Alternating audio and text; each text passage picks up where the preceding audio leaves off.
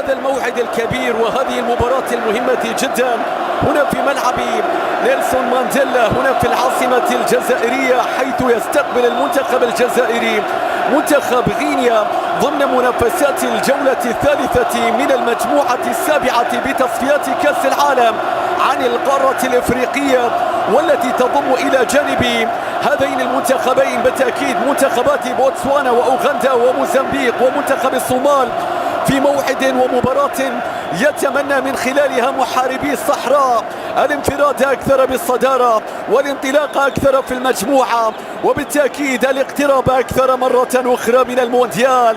التي صفرت حكم المباراة باملاك تيسيميا ضربة البداية الشباك النظيفة، ولكن المنتخب الجزائري يريد عرضية المتابعة التصويبة، لكن الكرة بتتحول والكرة بتتخلص.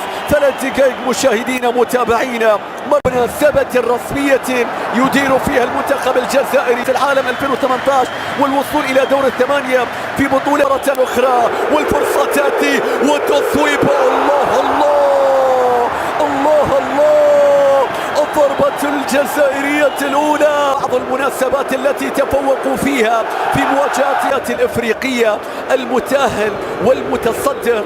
عطال عدى، عطال تقدم، لكن الكرة فيها السقوط. ماذا يقول الحكم؟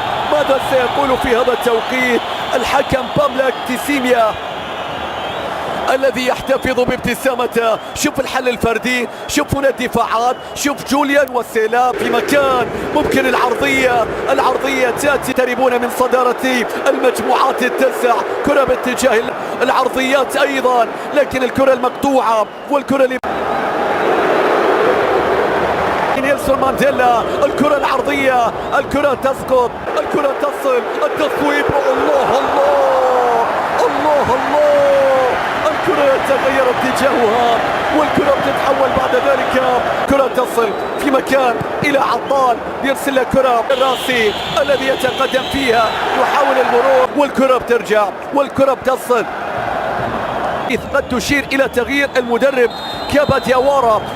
يبحثون عن الكرات العرضية الراسية، لكن مانتريا في الموعد يتصدى للكرة ويحاول فيها أن يبدو كرة في ال18 عرضية غينية راسية. غيني اللي بدوره يحاول فيها في الجهة اليمنى، لكن الكرة بتطول والكرة بتصل إلى بالرحمة، يا بالرحمة، لكن دفاعات منظمة تنجح في قطع الطريق. الكرة بترجع مرة أخرى في نص الملعب صافرة، وهناك خطأ. أحد لاعبي المنتخب الجزائري يبدو بن طالب الماضية صرح وتحدث بأنه يجب أن نرتقي الكرة العالية والعرضية الراسية بدأ المتيم. وصلت الكرة وبتحول مرة أخرى من جد، الكرة العرضية الراسية تبعد. اللاعبين الذين وصلوا سابقا إلى المونديال، والكرة التي تتحول مرة أخرى من جديد لمصلحة المنتخب الجزائري، مقطوعة من إبراهيمي.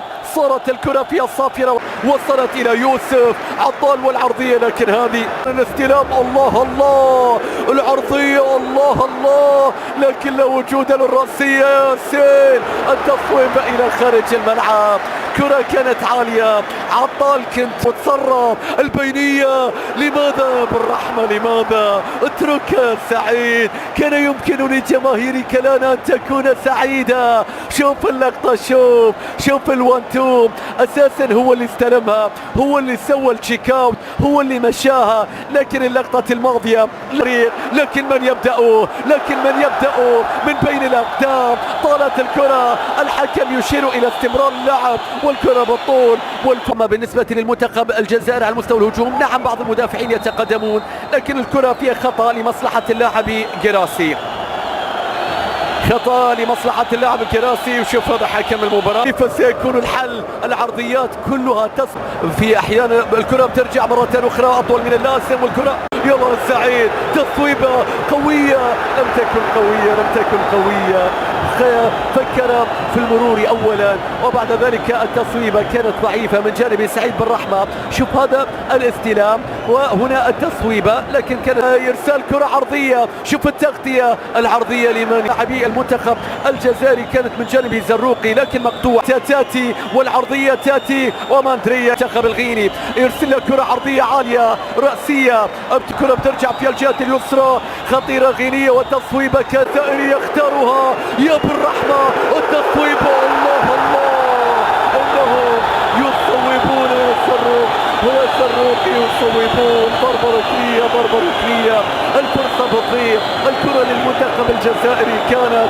شوف اللقطة، شوف امين، شوف كويري، لمسة يد هنا كانت تغير اتجاهها. ماذا سيقول الحكم؟ بالرحمة يهيأ التصويبة من زر الممر له، هذا الممر هذه التصويبة يتقدم. يا سلام يا ياسين، لكن التمريرة هي قبل الأخيرة.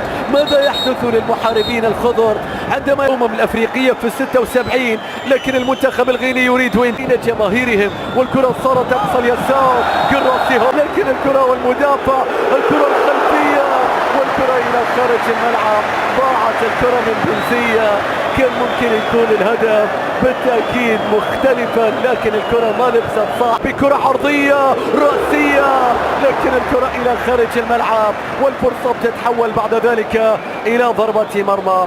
شوط أول غابت الأهداف، من ينافس بشكل مباشر على هذه البطاقة. تمريرة خطيرة والتصويب، الله، هدف غيني أول يأتي بعد 4 دقائق فقط في شوط المباراة الثاني، بعكس كل التوقعات هنا في ملعب نيلسون مانديلا. كانت عن طريق اللاعب مورولاي سيلا الذي بدأ الكرة والذي أكملها وسجل هدفا أولا. انظر إلى جماهير المنتخب الغيني السعيدة بتسجيل منتخب هذا الهدف، هذه الهفوة. شوف التصويبة اصطدمت في المدافع، شوف وهنا التعديل، وهنا بالرحمة الله الله الله الله، ستكملها بنفسك. كرة بالرحمة يجب أن تكتمل. الجزائر يعودون سريعا والمحاربون يتنفسون الصعداء. سجلوا التعادل. كرة بالرحمة لازم تكمل، ما لازم تضيع. الله على الاستلام، على الإنهاء، على الهروب. الكرة تنتظر، ستسجلها بنفسك في مرماك. يا للتوقيت، يا للتمريرة، يا للهروب، يا للإنهاء. الله يا بالرحمة، هل تسجل هدفا بأقدام مدافع سعيد بالرحمة؟ عمورة سيشارك التيم. هتأخذ ممتاز نوري، عادت الكرة هناك أول وشوطها الثاني. الكرة وصلت والدخول بشكل بعد ذلك حذاري من جراسي، يصوب، يرسل الكرة إلى جراسي، حاول الهروب هناك لكن الرأسية تبعد الكرة. التصويبة تأتي والكرة في شباك ماندريا. إنهم لا يصدقون ترك كامارا بهذه الصورة. 18 من خارج 18 يسجل ضربة ثانية للمنتخب الغيني في الوقت الذي كانوا يريدون وينتظرون هدفا آخر للمنتخب الجزائري. ماذا يحدث للمنتخب الجزائري في شوط المباراة الثاني؟ لماذا هذه الهفوات الدفاعية؟ لماذا ترك اللاعبين بهذه الصورة؟ شوف الكرة، شوف التصويبة. نوري السيطر، نوري حاول، لكن الكرة بالطول واللاعب ابراهيمي، والكرة العرضية الرأسية. الآن العرضية الرأسية يا بغداد، الله، ضاعت الكرة لكنها تعود.